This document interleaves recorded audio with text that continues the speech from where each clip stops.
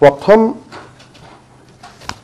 বিষয়টো হ'ল যে আপোনালোকে জানে যে যোৱা 12 তাৰিখে 12/3/2024 তাৰিখে ভাৰত চৰকাৰে তেখেতসকলৰ কৰ্মচাৰীসকলৰ বাবে 4% ডিএ এনাউন্স কৰিছে আৰু সাধাৰণতে ভাৰত চৰকাৰে ডিএ এনাউন্স কৰিলে তাৰ সমান্তৰালভাৱে অসম চৰকাৰেও ডিএ এনাউন্স কৰে।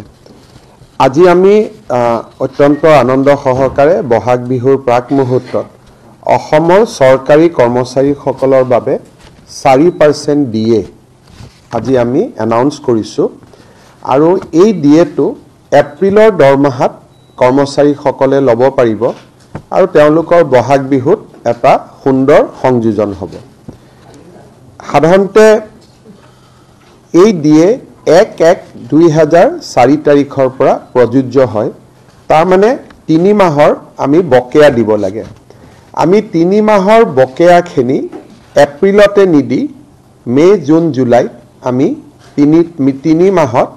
3 মাহৰ বকেয়া দি শেষ কৰিম।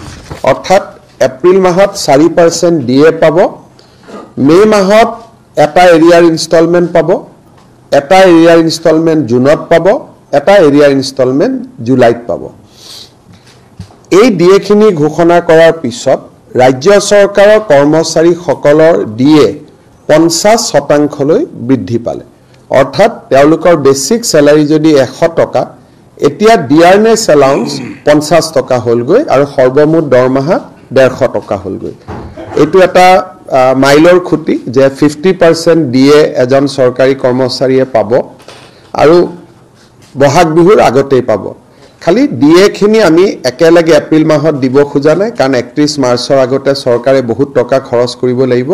সেইকাৰণে ডিএখিনি আমি মেত এটা ইনষ্টলমেণ্ট, জুনত এটা ইনষ্টলমেণ্ট, জুলাইত এটা ইনষ্টলমেণ্ট দিম আৰু এই ডিএটো কাৰ্যকৰী হ'ব 1 জানুৱাৰী 2024 পৰা।